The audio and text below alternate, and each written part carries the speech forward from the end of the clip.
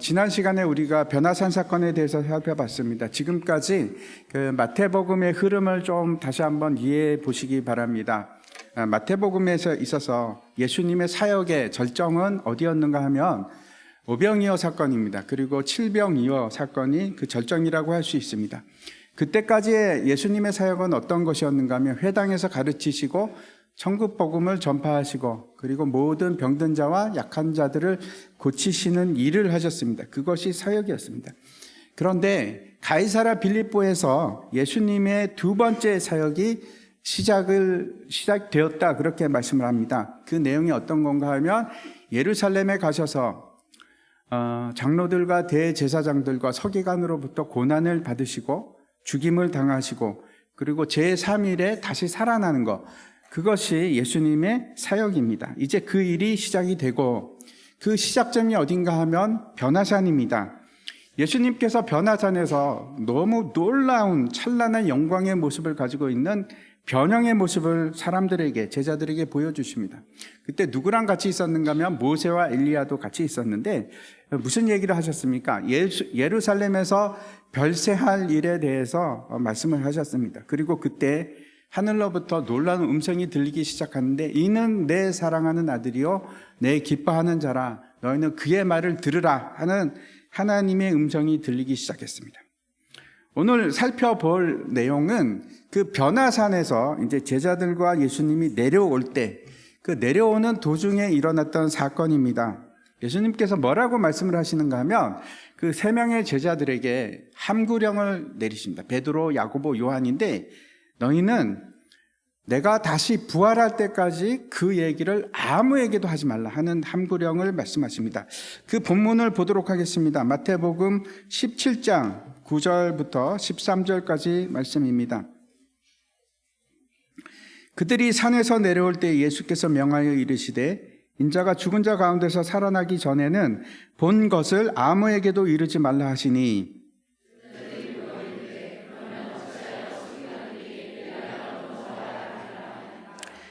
예수께서 대답하여 이르시되 엘리야가 과연 먼저 와서 모든 일을 회복하리라.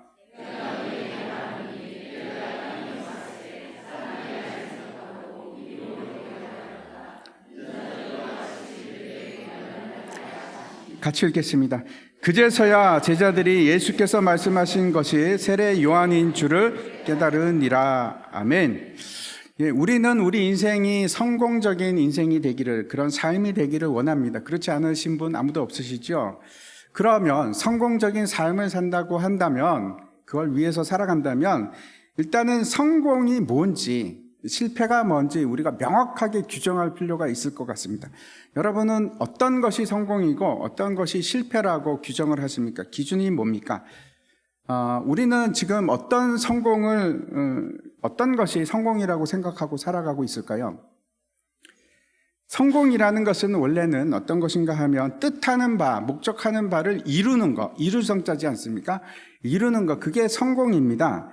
하지만 이제 일반적으로 우리가 생각하는 성공은 어떤 것인가 하면 사회적으로 또는 경제적으로 성공하는 것, 그런 의미로 많이 받아들입니다. 예를 들어서 이제 사회적으로 성공했다, 이름이 높고, 우리가 이제 저 사람 성공했네, 그러면 유명하다, 지위가 높다, 또는 저 사람은 경제적으로 성공했네, 저 돈이 참 많구나 하는, 그렇게 생각하는 경향이 있습니다.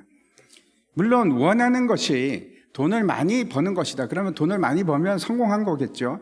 유명한 것이 목적이었으면 그걸 이루면 성공한 겁니다. 그런데 좀 더 우리가 자세히 따져볼 필요가 있습니다. 정말 내가 원하는 것은 뭔가? 여러분이 정말 원하고 있는 것은 어떤 것인가? 그것이 명확해져야지 성공과 실패에 대한 얘기를 할 수 있지 않겠습니까? 만약에 내가 목표 지점이 없다면 성공이건 뭐 실패건 뭘 얘기할 수가 있겠습니까? 그 자체, 존재 자체가 없는데. 그렇죠. 일단 현재의 나의 모습과 그리고 미래의 어떤 목표점에 도달했던 나의 모습이 있다고 한다면 성공이라는 것은 굉장히 긴 얘기가 됩니다. 그렇죠? 긴 과정입니다. 그 가운데 여러 가지 실패도 있을 수 있고 많은 사건이 있을 수도 있고 성공이 있을 수도 있고 단기적인 그런 것들이 막 지나가겠죠.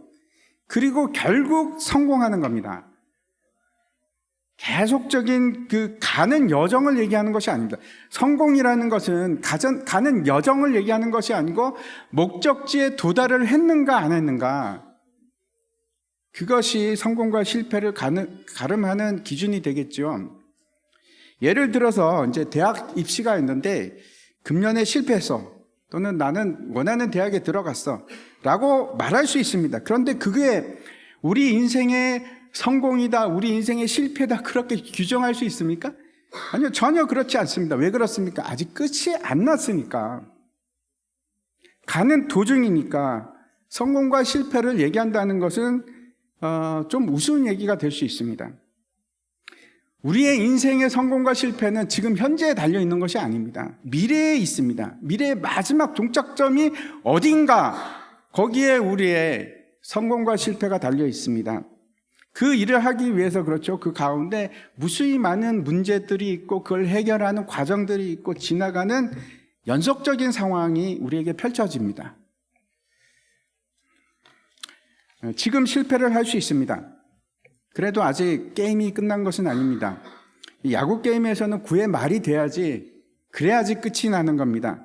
실패한 인생인가 아니면 성공한 인생인가, 지금이 아니고 미래의 모습입니다. 여러분은 성공했습니까? 실패했습니까? 얘기할 수가 없습니다. 그렇죠? 아직 도달하지 못했으니까. 10번을 실패한다고 하더라도 마지막 위치가 중요합니다. 내가 어디에 있는가? 반대로 얘기한다면 지금은 성공한 사람처럼 보이는 사람들이 있을 수 있습니다. 저 사람 진짜 성공한 것 같아, 대단해. 근데 그게 진짜 성공인가? 아니요, 그렇지가 않습니다. 그 끝을 봐야 됩니다. 어떻게 되는지 결론을 봐야 됩니다. 경기는 9회 말에 끝납니다. 그때까지 우리는 모든 판단을 내릴 수 있는 자격이 없습니다. 두 번째 말씀드리고 싶은 것은 성공하는 방법입니다. 어떻게 성공할 것인가? 대부분 사람들은 성공하기 위한 방법이 존재한다고 생각합니다. 여러분은 어떤 겁니까? 재능이 있다거나 아니면 노력을 열심히 하면 성공할 수 있지 라는 믿음을 가지고 계시죠. 그게 성공의 방법이라고 생각하시죠. 성공의 그 공식 포뮬라라는 그 책이 있습니다. 엘버트 라슬로 바라바시라는 과학자, 저분은 이제 과학하는 사람인데 책을 썼습니다. 어떻게 하면 성공할 수 있을까? 그 연구한 사람입니다. 이분의 연구에 의하면 훌륭한 능력을 가지고 있으면 성공해야 되는데 그렇지가 않답니다. 능력 때문에 성공하지는 않습니다. 그 능력이 성공을 보장하지는 않습니다. 아무리 훌륭한 능력을 가지고 있다고 할지라도 인정을 받지 못하면 그거는 성공이라고 할 수 없다고 이분이 얘기하시는데, 이분 얘기로는 그렇죠. 성공은 어떻게 되는 겁니까? 이분 얘기로는 많은 사람으로부터 인정을 받으면 그것이 성공이다, 이렇게 얘기합니다. 그리고 이 책의 결론은 어떻게 되는가 하면 끊임없이 시도하고 노력을 한다면 성공할 가능성이 있다, 이렇게 얘기합니다. 가능성이 있다. 성공을 보장한다는 얘기가 아닙니다. 가능성이 있다. 그러면 무슨 가능성도 있습니까? 실패할 가능성도 있는 겁니다. 열심히 해도, 노력을 해도 실패할 가능성이 있는 겁니다. 어떻게 하면 우리가 확실한 성공을 보장받을 수 있을까요? 여러분 받으시고 싶죠? 보장받고 싶으시죠? 전도서 말씀 한번 보겠습니다. 9장 11절 보시기 바랍니다. 내가 다시 해 아래에서 보니 빠른 경주자들이라고 선착하는 것이 아니며 용사들이라고 전쟁에 승리하는 것이 아니며 지혜자들이라고 음식물을 얻는 것도 아니며 명철자들이라고 재물을 얻는 것도 아니며 지식인들이라고 은총을 입는 것이 아니니 이는 시기와 기회는 그들 모두에게 임함이니라. 뭐라고 합니까? 우리가 생각하기 그렇습니다. 빠른 자가 승리하리라. 당연히 그러리라고 생각하지만 아니라고 얘기합니다. 힘이 있으면, 용사면 전쟁에서 승리할 거라고 생각하는데, 예측을 하는데 그렇지 않은 일이 너무나도 많습니다. 지혜가 있다고 음식을 얻을 수 있습니까? 경제적으로 부유합니까? 명철자라고 해서 재물을 얻을 수 있습니까? 지식인이라고 은혜가 많습니까? 아니라고 합니다. 그러면서 마지막 결론이 되게 중요한데 이렇게 얘기합니다. 시기와 기회는 그들 모두에게 임합니다. 이게 무슨 뜻일까요? 이 시기와 기회라는 것은 찬스라는 뜻이 아닙니다. 그런 것이 아니고 어떤 뜻인가 하면 불행의 때와 재난을 얘기합니다. 불행의 때와 재난이 저렇게 번역이 된 겁니다. 어제도 제가 이제 그 뉴스를 보니까 모나코에서 큰 지진이 났던데 그걸 누가 막을 수 있습니까? 어떻게 우리가 그걸 예방한다고 될까요? 이 재난과 불행이 닥치는 것은 예외가 없습니다. 예외가 없습니다. 내가 뭐든지 통제할 수 있다라고 생각하는 것은 미신입니다. 있을 수 없는 일입니다. 미신에 가까운 믿음입니다. 우리는 우리 자신을, 우리의 현재와 미래를 내가 통제할 수 있다고 생각하지만 그렇게 할 수 있다고 믿는 순간 우리는 현명한 사람이 아니고 우매한 사람, 미련한 사람이 되는 겁니다. 우리는 우리의 현재와 과거, 미래 아무것도 통제할 수 있는 힘이 없습니다. 여러분 있다고 생각하십니까? 내 미래를 내가 컨트롤할 수 있다고 생각하십니까? 제가 전도서 강의를 할 때 말씀을 드렸던 것인데 세상에는 이렇게 하면 성공한다, 저렇게 하면 성공한다, 수많은 논리가 있고 주장이 있습니다. 내 말을 들어라, 그러면 성공할 수 있다 하는 얘기입니다. 정말 그런 공식이 존재할까요? 성공의 법칙이라는 것이 이 땅에 존재합니까? 우리가 정신을 차려야 됩니다. 그런 것은 존재하지 않습니다. 신기루와 같습니다. 왜 그렇습니까? 문제가 있습니다. 무슨 문제가 있는가 하면, 무엇이 잘못됐는가 하면 사람들이 성공의 주체가 나라고 생각을 합니다. 내가 잘하면 다 되고 내가 컨트롤할 수 있다고 생각하기 때문에 그렇습니다. 우리 스스로가 주체가 되는 겁니다. 아니요, 그렇지가 않습니다. 성공의 주체는 누가 돼야 됩니까? 하나님입니다. 하나님. 우리가 아닙니다. 하나님은 우리의 성공을 통치하시고 우리를 지배하시고 모든 것이 하나님께 달려 있습니다. 우매한 일입니다. 내가 할 수 있다고 생각하는 것은 우매한 일입니다. 성공의 유일한 법칙은 하나님입니다. 우리는 어떤 미래도 예측할 수 없고 컨트롤할 수 없는 어리석은 자들입니다. 하나님의 지혜는 사람의 총명함보다 낫고 하나님의 능력은 우리 모두의 힘보다 강합니다. 세 번째, 제가 정말 중요한 말씀을 드리려고 하는데 앞에서도 잠깐 말씀드렸듯이 무엇이 성공인가? 우리 인생에 있어서 진짜 성공적인 삶은 어떤 것인가? 나의 성공은 무엇인가? 이거 정말 중요하죠. 이게 만약에 잘못되면 나는 결국 잘못된 인생을 사는 겁니다. 우리 인생은 그 전체가 나중에 보니까 물거품이 될 수 있습니다. 실패로 끝날 수 있습니다. 오늘 본문을 통해서 그래서 인생의 목적, 우리의 성공은 도대체 무언가 하는 것을 생각해 봤으면 좋겠습니다. 다시 오늘 본문으로 돌아가서 변화산에서 이제 예수님께서 세 제자와 함께 산 아래로 내려가고 있습니다. 아마도 이제 제자들은 무슨 생각을 하고 있었을까요? 당연히 그 변화산에서 본 그 목격한 그 놀라운 그 광경이 그 마음속에 머물러 있지 않겠습니까? 무슨 생각이 더 나겠습니까? 그게 무슨 뜻일까? 왜 예수님께서 그렇게 변하셨지? 모세와 엘리야는 왜 거기 있었을까? 그 생각으로 가득 차 있지 않겠습니까? 심취해 있었을 겁니다. 그 기가 막힌 장면에 마음을 다 뺏기고 있었을 겁니다.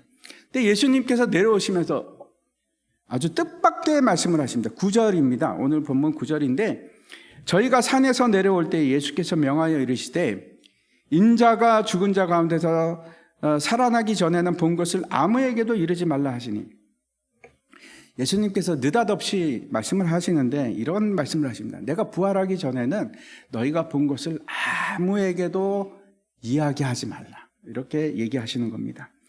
사실 이제 이렇게 예수님께서 아무에게도 이야기하지 말라 하는 말씀은 여러 번 나옵니다. 이전에도 있었습니다. 마가복음에 그걸 아주 자세하게 여러 번에 걸쳐서 말씀하는데 이것이 6번째입니다. 성경에 나오는 6번째 경고의 말씀입니다. 어떤 일들이 있었는가 하면 귀신이 예수님을 알아봅니다. 그래서 당신은 하나님의 아들이시니이다. 이런 얘기를 하니까 예수님께서 경고합니다. 말하지 마라. 세 제자와 함께 야이로의 딸을 이제 살리시지 않습니까? 그때도 이 세 제자들과 함께 있었는데, 그때도 예수님께서 아무에게도 이 일을 이르지 말라 이렇게 경고를 하십니다. 또 어떤 때 그랬냐면 가이사랴 빌립보에서 베드로가 주는 그리스도시요 살아계신 하나님의 아들이시니이다 그랬더니 여기는 없죠. 마태복음에 나오지 않는데 누가복음에 나옵니다. 예수님께서 자기의 일을 아무에게도 말하지 말라고 경고하셨다라고 기록하고 있습니다. 요즘에 이제 노이즈 광고라는 것이 있습니다. 그게 어떤 건가 하면 자신이 언론에 노출되기 위해서 일부러 아닌 척하거나 부정적인 행동을 해갖고 이제 매스컴을 타는 거 같지 않습니까? 주목을 받습니다. 그래서 근데 예수님께서도 지금 노이즈 광고를 하시는 건가? 내가 말하지 말라고 하면 사람들이 열심히 말하겠지? 그렇게 생각하셨을까요? 우리가 몇 가지 이유를 생각할 수 있습니다. 만약 예수님이 메시아의 본질을 보여주신다면, 그 메시아의 본질이 드러난다면 사람들이 어떻게 할까요? 기적이 일어나는 것을 목격하고 예수님의 그 영광된 모습을 보면 사람들이, 그 앞에도 그런 일이 나옵니다. 사람들이 왕으로 삼으려고 했을 겁니다. 오병이어 사건 때도 똑같은 일이 일어났습니다. 수많은 사람들을 먹이자 사람들이 우리의 왕이다 그러면서 왕으로 추대하려고 했었습니다. 그때 예수님께서 피하지 않습니까? 그 자리를. 아마 그런 일이 또 일어났을 겁니다. 사람들이 오해하기 시작했을 겁니다. 그 본질을 놓치고 자신의 왕, 육체의 왕을 얻으려고 했을 겁니다. 두 번째, 만약에 예수님이 메시아라는 그 본질이 드러나면, 사실이 알려지면 어떤 일이 일어날까요? 그 예수님의 사역, 진짜 사역, 십자가의 사역이 방해를 받을 겁니다. 사람들이 어떻게 예수님을 죽이겠습니까? 어떻게 예수님을 못 박겠습니까? 예수님의 남은 사역은 예루살렘으로 가서 고난을 받고 십자가에서 죽고 사흘 만에 살아나는 일인데, 메시아인 것이 확실하게 드러나면 그 일을 이룰 수가 없을 겁니다. 누가 그 일을 하겠습니까? 못 박으려고 하지 않았을 겁니다. 그래서 분명히 때가 있습니다. 예수님께서는 그 알리는 시점을 어디라고 얘기하시는가 하면 부활한 후까지는, 그 전까지는 아무에게도 알리지 말라 이렇게 말씀을 하십니다. 제가 잠깐 생각을 해봤습니다. 그래서 진짜로 제자들은 아무 얘기도 안 했을까? 예수님께서 부활하실 때까지. 이 놀라운 사건은 여러분 같으면 참을 수 있으시겠습니까? 저는 못 참을 것 같습니다. 입이 근질근질해갖고, 아니, 하나님의 음성을 듣고 예수님께서 그 놀라운 광채가 나는 변화의 모습을 봤는데 어떻게 그걸 참을 수 있겠습니까? 내려가면서도 그런 생각을 했을 것 같습니다. 다른 제자들 만나면 내가 얘기해야지. 있잖아, 아무한테도 얘기하지 마. 내가 진짜 기가 막힌 거 봤는데 얘기하지 마. 그리고 다 얘기했을 것 같습니다. 뒤에 보면 제자들이 이제 예루살렘을 향해서 올라갈 때 싸움이 일어납니다. 누가 크니? 누가 더 높은 자리를 앉니? 이런 싸움을 하는데 그 중심에 누가 있는가 하면 야고보와 요한이 있었습니다. 세베대의 아들들. 이제 심지어는 요한과 야고보의 그 어머니가 찾아옵니다. 찾아와서 예수님께 청탁을 합니다. 예수님, 우리 아들들이 대단한 아들들이니까 한 명은 왼쪽에 한 명은 오른쪽에 그렇게 앉히시지요. 이렇게 청탁을 할 정도입니다. 제가 그런 생각을 했습니다. 이해가 갔습니다. 요한이나 야고보가 아마 어머니에게 다 얘기하지 않았을까. 사실은 말입니다. 어머니, 우리가 있잖아요, 변화산에 가서 엄청난 걸 봤습니다. 그 얘기를 하지 않았겠습니까? 자기들만의 특별한 경험이니까, 우리는 다르니까, 우리는 특별하다고 생각하니까 프라이드가 있지 않았을까 그렇게 생각합니다. 아무튼 예수님께서 함구령을 내립니다. 얘기하지 마라. 그랬더니 제자들이 다시 예수님께 질문을 합니다. 그게 10절입니다. 한번 보시기 바랍니다. 제자들이 물어 이르되 그러면 어찌하여 서기관들이 엘리야가 먼저 와야 하리라 하나이까? 이게 도대체 무슨 말일까요? 이 질문이 도대체 어떤 질문일까? 여러 가지로 제가 생각을 해봤는데, 엘리야가 먼저 왜 와야 하나요? 라는 질문일까요? 아니면 예수님 왜 엘리야가 아직도 안 옵니까? 이런 말일까요? 아니면 도대체 엘리야는 누구죠? 라고 묻는 질문일까요? 우리가 이 정확한 질문의 의도를 파악하기가 쉽지는 않습니다. 그런데 오늘 본문 마지막에 보면 이렇게 기록하고 있습니다. 그제서야 제자들이 예수님께서 말씀하신 것이 세례 요한인 줄을 깨달았다, 이렇게 얘기하고 있습니다. 그러면 엘리야가 누군지를 묻는 질문일까요? 그런 생각을 할 수도 있는데 10절을 다시 한번 보시기 바랍니다. 잘 보시면 제자들이 묻는데 앞에 그러면 어찌하여 라는 단어가 붙어 있습니다. 이거는 어떤 뜻인가 하면 이건 항상 바로 앞에 내용과 논리적으로 연결하는 단어입니다. 그러면 이런 말이 되는 겁니다. 분명히 앞에 하신 말씀과 연결이 되는데 이렇게 되겠죠. 예수님께는 우리가 아무 말도 하지 말라고 말씀을 하시는데 그러면 왜 서기관들이 엘리야가 먼저 와야 한다고 얘기를 하는 겁니까? 라고 하는 말이 되는 겁니다. 여기까지는 분명합니다. 갑자기 이 세 제자들의 머리가 좀 하얗게 되고 버퍼링이 막 일어나면서 비비비비 막 돌아가는 거 아닌가 이런 생각을 하는데 왜 그런가 하면 제자들이 누구를 봤습니까? 엘리야를 봤습니다. 엘리야를. 몇 시간 전에 엘리야를 본 겁니다. 먼저 우리가 생각할 것은 제자들은 그러면 세례 요한이 엘리야라는 걸 몰랐을까요? 이 본문을 보면 잘 모르는 것 같습니다. 근데 이미 예수님께서는 그 말씀을 하셨습니다. 앞에서 11장에 나오는데 세례 요한이 옥에 갇혔을 때입니다. 자기 제자들을 보내죠. 예수님께. 그래서 묻습니다. 오실 그이가 당신이 오니까? 아니면 우리가 다른 사람을 기다려 오리까? 그 질문을 합니다. 그때 이제 제자들에게 예수님께서 하신 말씀을 한번 보겠습니다. 11장 13절과 14절입니다. 모든 선지자와 율법이 예언한 것은 요한까지니 만일 너희가 즐겨 받을진대 오리라 한 엘리야가 곧 이 사람이니라. 뭐라고 하시는가 하면 요한이 마지막 선지자다 이렇게 말씀하시고 요한이 바로 말라기서에 예언된 그 엘리야다 하는 말씀을 하고 계신 겁니다. 분명히 예수님께서는 세례 요한이 엘리야다라는 말씀을 하셨습니다. 근데 제자들이 아마 혼란이 일어난 것 같습니다. 아니 세례 요한이 엘리야인데 우리가 본 엘리야는 뭐지? 이런 생각을 하지 않았을까? 그래서 막 굉장히 혼란스럽지 않았을까? 이런 생각을 합니다. 아무튼 제자들이 묻는 거는 이런 겁니다. 함구령을 내리셨는데 왜 서기관들은 엘리야가 먼저 와야 한다고 얘기를 하십니까? 말을 합니까? 라고 묻는 겁니다. 서기관들이 뭐라고 얘기했을까요? 그걸 우리가 먼저 알아봐야겠습니다. 말라기 3장 1절입니다. 만군의 여호와가 이르노라 보라 내가 내 사자를 보내리니 그가 내 앞에서 길을 준비할 것이요 또 너희가 구하는 바 주가 갑자기 그의 성전에 임하시리니 곧 너희가 사모하는 바 언약의 사자가 임하실 것이라. 여기서 하나님께서 두 가지 사실을 말씀하시는데 첫 번째, 하나님이 오시기 전, 그 하나님 누굽니까? 메시아입니다.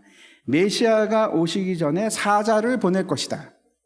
그리고 그는 메시아가 올 길을 예비하는 자가 될 것이다. 그 얘기를 하신 거고, 두 번째, 그 앞서 온 사자가 온 후에 갑자기 메시아가 성전에 나타날 것이다. 이 예언을 하는 겁니다. 그리고 이제 말라기 4장 5절과 6절 말씀을 보시면 이렇게 되어 있습니다. 보라 여호와의 크고 두려운 날이 이르기 전에 내가 선지자 엘리야를 너희에게 보내리니 그가 아버지의 마음을 자녀에게로 돌이키게 하고 자녀들의 마음을 그들의 아버지에게로 돌이키게 하리라. 돌이키지 아니하며 두렵건대 내가 와서 저주로 그 땅을 칠까 하노라 하시니라. 이렇게 예언을 하고 있습니다.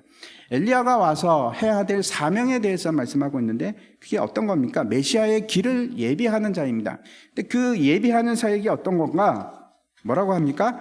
아버지의 마음을 자녀에게 돌이키고 자녀들의 마음을 아버지에게 돌이키고. 이게 무슨 뜻일까요? 다시 말씀드려서 이스라엘 백성들의 마음을 하나님께 돌이키는 일입니다.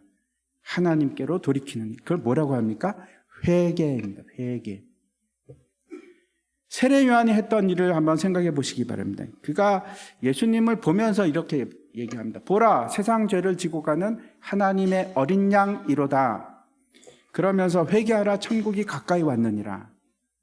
회개하라, 천국이 가까이 왔느니라. 그러면서 내 뒤에 오시는 이가 있는데 나는 그의 신발끈 풀기도 감당치 못하겠다라고 얘기를 합니다. 엘리야, 세례 요한이 메시아 이전에 와서 하는 일은 메시아를 알리는 일입니다. 그렇죠? 그 길을 잘 준비하는 일입니다. 제자들이 지금 그 질문을 하고 있는 겁니다. 아니 예수님, 우리 보고 입을 다물라고 하는데 그러면 엘리야는 도대체 뭡니까? 그가 하는 일이 메시아가 여기 있다고 가리키는 일을 하는데 그 사람은 말을 해도 되고 제자인 우리는 얘기를 하면 안 됩니까? 왜 그렇죠? 왜 함구를 해야 되죠? 라는 질문입니다. 우리가 메시아를 알리는 것은 당연히 해야 될 일이 아니겠습니까? 예수님께서 오셨어요. 메시아가 오면 세상에 가서 외쳐야 되는 거 아닙니까? 메시아가 오셨다. 그게 맞는 거 아닙니까? 그렇게 기다리던 아담 시대 때부터 예언된 그 메시아가 오셨는데 왜 말하지 말라고 할까요? 아니 도대체 이건 뭔가? 그렇게 생각하지 않겠습니까? 그때 예수님께서 대답을 하십니다. 뭐라고 대답을 하시는지 11절과 12절 말씀 보시기 바랍니다. 예수께서 대답하여 이르시되 엘리야가 과연 먼저 와서 모든 일을 회복하리라. 내가 너희에게 말하노니 엘리야가 이미 왔으되 사람들이 알지 못하고 임의로 대우하였도다. 인자도 이와 같이 그들에게 고난을 받으리라 하시니, 예수님께서 뭐라고 대답을 하시는가 하면 그래 맞다. 엘리야가 먼저 와야 하고 와서 모든 일을 회복해야 한다. 근데 그 다음이 중요합니다. 그 다음이 12절에 보면 내가 너에게 말하노니, 이게 무슨 뜻인가 하면 내가 말할 게 이런 것이 아니고 이런 얘기입니다. 서기관은 엘리야가 먼저 와야 된다고 말을 하고 그리고 모든 것을 그 엘리야가 다 회복할 것이라고 얘기를 하는데, 그런데 말이야, 내가 너희에게 그들이 말하지 않는 진리를 가르쳐 줄게. 예수님께서 그렇게 말씀하십니다. 다시 말씀드려서 사람들은 엘리야의 사역이 무엇인지 잘못 이해를 하고 있는데 그걸 얘기해 주시겠다고 말씀하시는 겁니다. 그리고 뭐라고 말씀하십니까? 엘리야가 왔지만 사람들은 알아보지 못했고 임의로 대우했다, 이렇게 말씀하십니다. 이런 겁니다. 사람들은 엘리야가 온다는 사실은 알고 있었습니다. 근데 그 진정한 의미를 알지를 못한 겁니다. 그리고 임의로 대우했다라고 합니다. 이거는 무슨 뜻인가 하면 자기들 생각에 자기의 계획대로 자기의 뜻대로 그냥 자기 마음대로 했다는 겁니다. 사람들은 분명히 세례 요한이 선지자라고 생각했습니다. 그래서 전국 방방곡곡에서 세례 요한을 만나기 위해서 모여들었습니다. 요단강으로. 그리고 세례 요한에게 세례도 받았습니다. 하지만 그것뿐입니다. 거기까지입니다. 그들이 마음을 돌렸습니까? 아니요, 돌리지 않았습니다. 그에 대해서는 더 이상 관심이 없었습니다. 그가 무슨 말을 하든지 기울이지도 않았고 이해하지도 못했습니다. 그 아무리 예수님을 가리켜도 바라보지도 않았습니다. 그리고 이스라엘이 어떻게 했는가 하면 그를 죽였습니다. 그게 이스라엘이 세례 요한을 대하는 방식이었습니다. 근데 예수님께서 이렇게 말씀하십니다. 인자도 똑같이 고난을 당해야 하리라. 그럼 고난을 받을 것이다. 이 말을 듣고 그제야 이제 제자들이 엘리야가 바로 세례 요한이구나 라고 이해를 했다고 오늘 본문은 얘기를 합니다. 다시 우리가 세례 요한의 그 사역에 대해서 생각해 봤으면 좋겠습니다. 여러분은 어떻게 판단을 하십니까? 세례 요한은 그 사역이 성공적이었습니까? 아니면 실패입니까? 성공했을까요? 아니면 실패입니까? 세례 요한에게 주어진 사명이 있습니다. 그건 뭔가 하면 예수 그리스도를 메시아로 가리키는 것이고 그 길을 준비하는 일입니다. 그 준비하는 일이 뭡니까? 사람들을 돌이키는 일, 회개케 하는 일, 하나님께로 돌이키는 일. 근데 이 회개케 하는 일이 성공했습니까? 여기 보면 아니라고 얘기합니다. 성공하지 못했습니다. 그 확실한 증거가 있습니다. 40년 후에 예루살렘이 멸망을 하는데 로마 장군 디도에 의해서 완전히 멸망하고 황폐케 됩니다. 사람이 살 수 없는 것이 됩니다. 말라기 예언이 이루어진 겁니다. 그러면 세례 요한의 그 사역은 실패한 걸까요? 예수님의 사역에 대해서 한번 생각해 보십시오. 예수님의 사역은 실패한 겁니까? 성공한 겁니까? 우리가 잘 압니다. 실패하지 않았습니다. 성공하셨습니다. 그 일이 세상적인 성공은 아닙니다. 그런데 분명히 예수님께서 그 말씀하신 그걸 다 이루셨습니다. 예루살렘에 가셔서 고난을 받으셨고 죽임을 당하셨고 사흘 만에 부활하셨습니다. 그 모든 일을 다 끝내셨습니다. 성공했습니다. 예수님께서 십자가에서 마지막 하셨던 말씀이 이겁니다. 다 이루었다. 그거는 무슨 뜻입니까? 모든 걸 다 완수했다. 성공했다. 내 맡은 일을, 내 목적을 성공했다. 그런 뜻입니다. 그러면 여러분 생각해 보시기 바랍니다. 예수님의 성공의 기준은 뭘까요? 우리에게도 성공의 기준이 있습니다.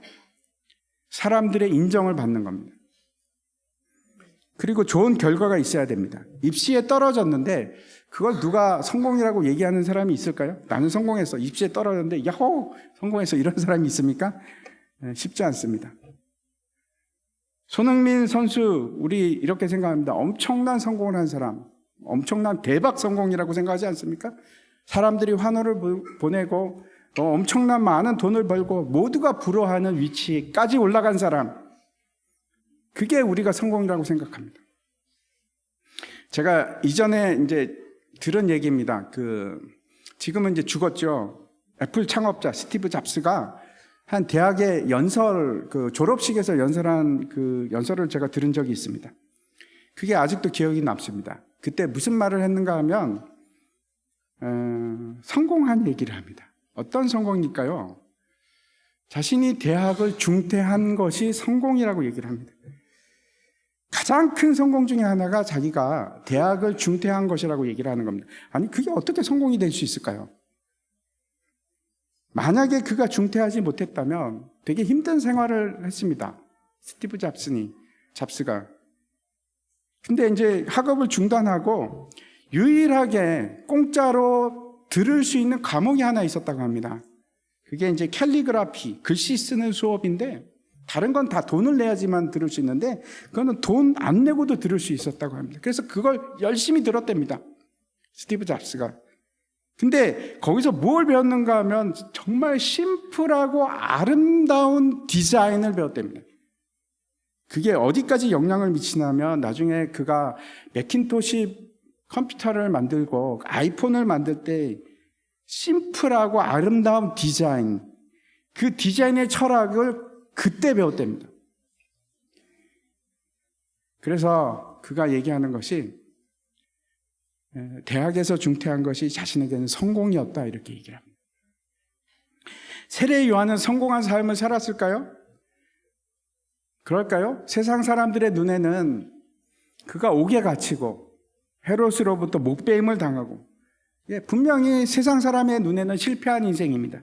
하지만 하나님의 시각에 있어서도 그가 실패한 인생일까요? 빌립보서 2장 말씀 한번 보시기 바랍니다. 너희 안에 이 마음을 품으라. 곧 그리스도 예수의 마음이니 그는 근본 하나님의 본체시나 하나님과 동등됨을 취할 것으로 여기지 아니하시고 오히려 자기를 비워 종의 형체를 가지사 사람들과 같이 되셨고 사람의 모양으로 나타나사 자기를 낮추시고 죽기까지 복종하셨으니 곧 십자가에 죽으심이라. 여기서 예수님의 성공의 기준이 너무나 분명하게 나옵니다. 뭘까요? 자기를 낮추시고 죽기까지 복종한. 누구에게? 하나님께. 그 성공의 기준이 하나님께 순종하는데 죽기까지 순종하는. 그게 성공이었어요. 예수님의 성공은 그겁니다.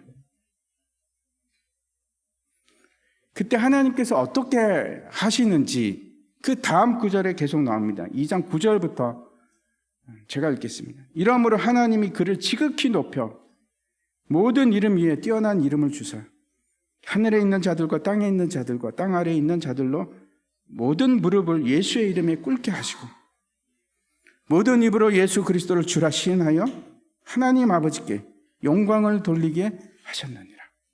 아멘. 그때 하나님께서 순종할 때 그때 하나님께서 영화롭게 하십니다. 모든 사람이 인정하는 사람 하나님으로 모든 자들이 무릎을 꿇게끔 하십니다. 그리고 하나님께 영광이 되게 합니다.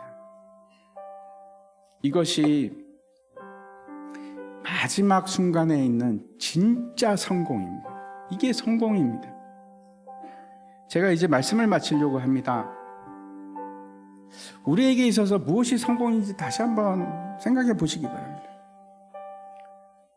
저는 성공의 기준이 있습니다. 그걸 정했습니다. 제 성공의 기준은 하나님께 순종하는 겁니다. 제 목표는 교회를 잘 운영하는 것도 아니고 유명해지는 것도 아니고 목회를 크게 하는 것도 제 목표가 아닙니다. 그게 제 목적이 아닙니다. 물론 때로는 다른 마음이 생기기도 합니다. 야, 나도 유명해졌으면 좋겠다. 때로는 나도 좀 돈을 좀 많았으면 좋겠다. 왜 저라고 그런 생각이 없겠습니까? 저도 똑같습니다.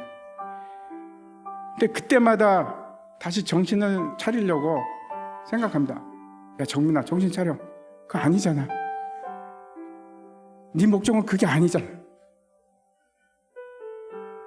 네가 가야 되는 건 거기가 아니잖아. 저는 반드시 성공할 겁니다. 순종의 길로 갈 겁니다. 인생의 길이 쉽지 않습니다. 앞에서 제가 보여드렸듯이 때로는 뒤로 갈 때도 있고 때로는 흔들릴 때도 있고 고통의 길을 갈 때도 있고 앞으로 갈 때도 있습니다. 근데 그 성공의 기준은 여러분 마지막입니다. 마지막. 가운데가 아닙니다. 마지막의 모습. 저는 결국 하나님께 순종의 길로 갈 것이고 우리는 그 길로 가기 위한 영광의 길로 가기 위한 영화의 길로 가기 위한 그 가운데 과정에 있습니다. 지금 성공과 실패를 논할 수가 없습니다. 마지막 순간을 봐야 됩니다. 우리가 어디에 있는가? 그게 진짜 성공입니다. 우리 성공은 여러분 우리의 성공의 기준이 돈이나 명예나 이런 거에 있지 않습니다. 우리의 성공의 기준은 하나님입니다. 하나님께 순종하는가? 그렇지 않은가? 저는 그 일을 제 성공의 목표로 삼았습니다. 그리고 그 길을 갈 겁니다. 그게 성경이 말하는 성공이기도 합니다. 하나님께 순종하는 것.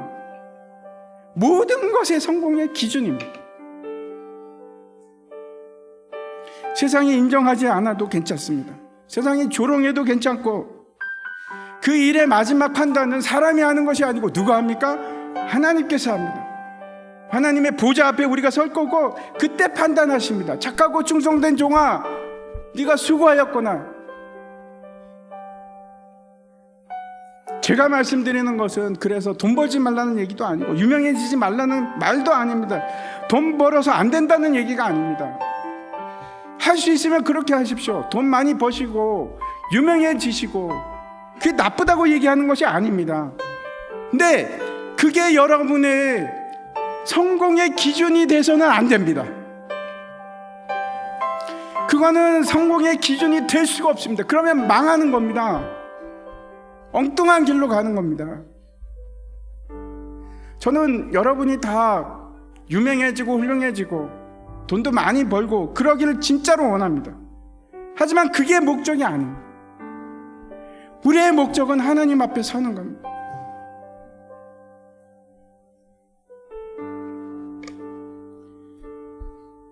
우리 모두 영원히 기뻐할 수 있는 길을 갔으면 좋겠습니다.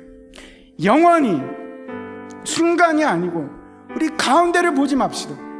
마지막을 보십시오.